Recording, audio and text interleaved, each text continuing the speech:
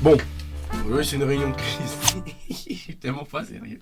J'arrive pas à être sérieux. Bon, pour ceux qui me connaissent pas encore, je me présente, Maza. Mon objectif étant de rendre la journée meilleure tout en kiffant ce que je vais faire. Je vais pas répéter cette phrase à toutes les vidéos, sinon ça va être super long, vraiment. Donc du coup, moi je te propose qu'on passe directement à la suite. C'est-à-dire que tu actives les flèches de notification, tu t'abonnes à cette chaîne, tu la partages, tu écris en commentaire comment tu te sens aujourd'hui, si tu peux même la liker en avance. Et une fois que tu es installé avec tes écouteurs et que tu as les yeux fermés pour juste imaginer les histoires, moi je propose qu'on passe aux anecdotes.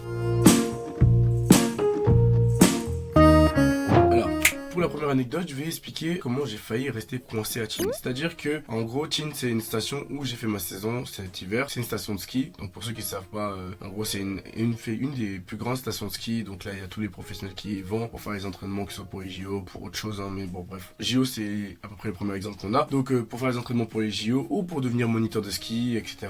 Donc c'est une énorme station qu'on arrive là-bas et des trains ou des bus pour aller de là où j'habite jusqu'à Tignes, il y en a plein. Donc c'est-à-dire qu'à peu près tous les jours il y en a 5 ou 6. Mais pour le retour de Tignes, il n'y en a pas. Parce que déjà le bus de Tignes à Bourg-Saint-Maurice est payant. Donc c'est-à-dire je crois que c'est autour de 20 € par personne. Et si tu es saisonnier c'est 10 €, qui est énorme pour un bus, sachant qu'il y a 1 heure de route et du coup il y a 30 km à faire. Donc voilà, c'est un peu énorme. Tous les prix là-bas sont évidemment élevés. Donc c'est-à-dire que le burger, si je ne me trompe pas, il a 33 €. Un cheeseburger normal. Voilà, c'est des prix énormes parce que c'est un côté touristique, en même temps c'est un côté professionnel. Donc du coup, ils ont mélangé, ils ont mis des prix de fou. Comme ça au moins, ils sont sûrs que les touristes ils payent cher, tu vois.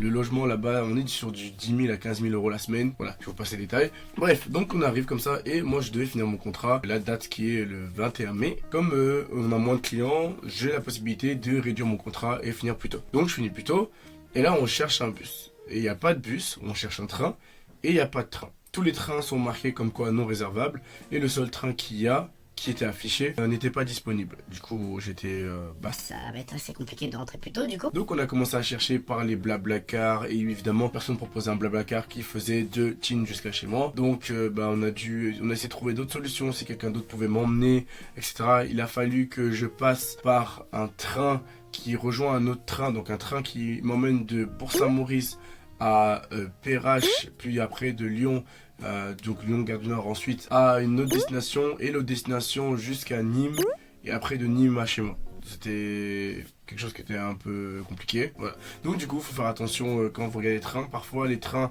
ne s'affichent pas ou c'est marqué en non réservable. Et dans ce cas-là, il faut que vous passiez par d'autres systèmes. Peut-être les autres systèmes vous reviendront moins cher. Parce que moi, j'avais la carte étudiante et jeune. Donc ça me permettait d'avoir des réductions. Donc mon train, je l'ai payé 33 € à la place de le payer 87 ou 125 €. C'est ce qui était proposé par la SNCF Connect. Je vous propose qu'on passe à la deuxième anecdote.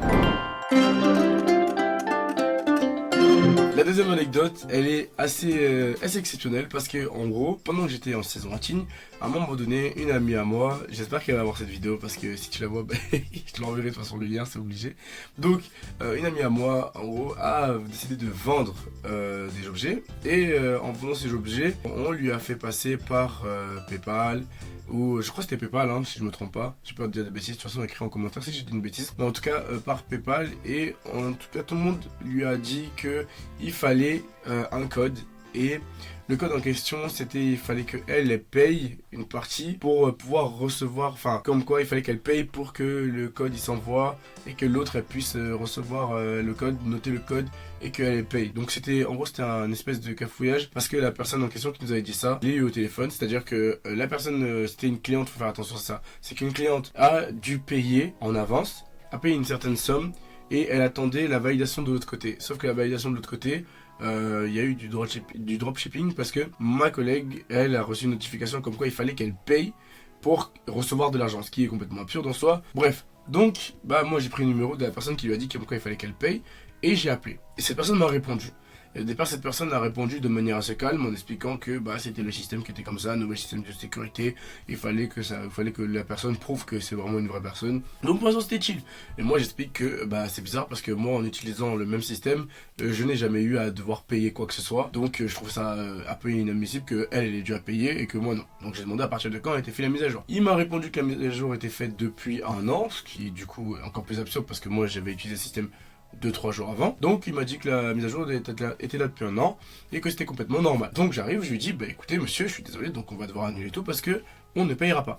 Le mec a commencé à s'emporter en me disant comme quoi il allait lui faire retirer 1000 € de son compte parce que soi-disant elle ne voulait pas payer et que comme elle ne voulait pas payer, du coup c'était une fraude. Donc ma collègue était une fraude, ma collègue en face de moi. Hein, et que du coup bah, il allait retirer 1000 € le premier mois puis encore 1000 € si elle ne payait pas.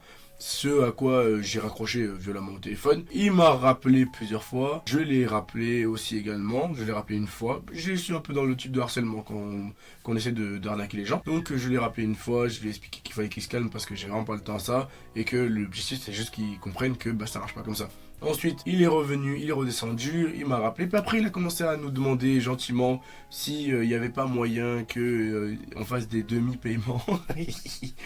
Mais non, mon gars, ça marche pas comme ça. Mais c'est pas la première fois que j'attrape quelqu'un qui est en train de faire des arnaques. C'est ça le truc. Donc moi, je veux faire une petite prévention. Franchement, faut faire attention. C'est-à-dire que quand il y a un système de paiement, vérifiez que votre paiement il est sûr. Que si vous ne savez pas, appelez un collègue à vous. Vous regardez sur internet. Du coup, vous tapez du coup la sécurité pour voir quel niveau de sécurité ça a. Depuis quand sont les mises à jour. Regardez tout parce que c'est vraiment important. Il faut pas payer des choses pour des gens si on ne sait pas ce que font ces gens avec cet argent. Voilà. Moi, je propose qu'on passe à la troisième anecdote. Alors, la troisième anecdote date un peu. C'est-à-dire que on était... bon, alors j'étais plus jeune, etc. Et j'ai fait une formation au cours Florent. Donc les cours Florent, pour ceux qui ne savent pas ce que c'est des cours qui sont proposés pour rejoindre une école de cinéma ou du théâtre. Donc c'est-à-dire qu'il y a le théâtre, je pense que la plupart des gens connaissent le cours Florent pour le théâtre. Mais il y a aussi le côté cinéma, donc que ce soit monteur, que ce soit acteur, que ce soit vidéaste tout simplement, que ce soit celui qui écrit les scripts, etc. Il y a tout ça. Donc du coup, pendant 2 semaines, si je me trompe pas, on a fait un stage de 2 semaines. Donc c'était sur Montpellier pour une fois, donc c'était tranquille. Donc on a fait un stage de 2 semaines et pendant ce stage de 2 semaines, on a dû, dans un premier temps, se présenter à la caméra. Ensuite, une fois qu'on avait fini de se présenter à la caméra, on devait écrire un script, donc jusqu'à la fin des 2 semaines. On a joué des scènes, c'est-à-dire qu'on a dû surjouer des scènes. Par exemple, on était dans un enterrement et on devait jouer les gens qui pleurent, etc. Donc c'était plutôt amusant, j'ai bien aimé. Et là-bas, il y avait une fille que j'appréciais. Sauf que la fille que j'appréciais, elle était en couple. Et du coup, je me suis fait pas mal de collègues garçons là-bas aussi. Et donc, c'était par petit système d'élimination. C'est-à-dire que ceux qui ne voulaient pas rester, ils sont partis. Et ceux qui étaient les meilleurs, on va dire, ils sont décidés de rester pour pouvoir continuer l'aventure. Et peut-être rejoindre une école de cinéma plus tard. On sait pas. Donc, je rencontre cette fille, etc. On discute et tout. Je rencontre d'autres filles. On mange ensemble le midi. Tout se passe bien. Et j'apprends qu'elle a un copain, qu'elle a une relation incroyable et tout. Bref, jusque-là, tout va bien. Ensuite, arrive le moment où on doit écrire des scripts et je me suis fait un ami là-bas, donc un ami garçon, et on a décidé de se mettre dans la sauce niveau script. C'est-à-dire que on avait carte blanche pour l'écriture. C'est-à-dire que si tu voulais que ton collègue il aille faire un câlin à la fille que lui il aime pas, tant que tu l'écrivais dans le script et que tu avais choisi que c'était lui l'acteur, il avait pas le choix. Donc, je vous assure que là, le couple Laurent, vous avez créé des démons en faisant ça. Parce que, en soi, il y en a beaucoup, ils se sont lâchés, je le sais. Genre, ils avaient beaucoup de rancœur à poser, et ils ont commencé à écrire des trucs, pas loin du Death Note. À chaque fois qu'il y avait une ligne qui s'écrivait, je voyais des âmes partir, j'avais l'impression que c'était la fin du monde et tout. Donc moi, j'écris mon script et ça, je prends mon temps, je réfléchis, qu'est-ce que je pourrais dire, qu'est-ce que je pourrais mettre dans la sauce, à quel moment je pourrais tourner le truc pour que ça aille contre sa volonté et tout. Bref, mais je me suis dit, vas-y, je suis seul à penser ça. Lui aussi, il a pensé la même chose. Et lui savait que j'avais un petit crush sur la fille qui était en couple. Mais que du coup, j'allais pas plus loin parce que je savais qu'elle était en couple, donc je n'ai rien osé. Donc, qu'est-ce qu'il a fait? C'est qu'il a écrit un script où on a fait une histoire de romance. C'est-à-dire qu'avec la fille en question, on devait s'embrasser à un moment donné dans la scène. Alors, moi j'ai trouvé ça extrêmement gênant parce qu'en soi, un baiser à la caméra, c'est pas du tout la même chose qu'un baiser volontaire. C'est-à-dire qu'un baiser volontaire, c'est tu es avec la personne, c'est le moment, genre les étoiles s'alignent, le coucher de soleil, vous êtes sur la plage, le vent souffle dans ses cheveux, contresens évidemment, sinon ça t'arrive dans les yeux. Mais bref, en tout cas, le moment est parfait, opportun, vos lèvres se touchent, waouh, c'est magnifique, c'est magique, on prend une photo à ce moment-là, il n'y a pas plus beau que ça, ok? Un couple par la caméra, comment expliquer? La sensation elle est pas la même, c'est un goût doux si je dois expliquer. C'est-à-dire que en gros c'est quelque chose qui... Un bisou, mais c'est pas un bisou aussi voulu que toi tu le voulais. Bizarre cette phrase, mais en gros c'est un bisou que tu sais que t'es forcé, enfin t'as l'impression que t'es forcé. Même si deux personnes s'aiment, je pense que s'il faut un bisou via une caméra, pas par la caméra, sans forcément que ce soit un moment que eux ils aient choisi, ils ont l'impression que on les a obligés, que bah ils jouent un rôle tout simplement. C'est-à-dire que moi j'étais dans mon rôle, eux étaient dans son rôle, donc il n'y avait aucun plaisir quand on s'est embrassé. C'est-à-dire que il n'y avait pas la joie de en mode oh j'ai embrassé ma crush et tout. Non, j'étais vraiment en mode waouh, ben mais c'était long quoi. Donc du coup on a dû refaire cette scène évidemment plusieurs fois. Et non, je vois arriver les gens qui disent tout de suite dans leur tête là, oui après, il a rejoué la scène plein de fois, soi-disant il a raté, juste pour la re-embrasser plein de fois. Oui, mais non, c'était pas comme ça que j'ai fait ce genre de choses. Et ensuite bah, la scène au final elle s'est bien terminée. Ça a été quelque chose d'assez simple. Et puis voilà, je voulais juste vous raconter ça parce que au final en soi j'ai embrassé une fille en couple. Donc j'ai un petit côté qui est en mode je suis Dark Sasuke. Et de l'autre côté bah je suis en mode bah c'était pendant un jeu de rôle donc il n'y a pas vraiment d'impact à mes yeux. Bon si c'est J'ai vraiment du mal avec les fins de vidéo, putain.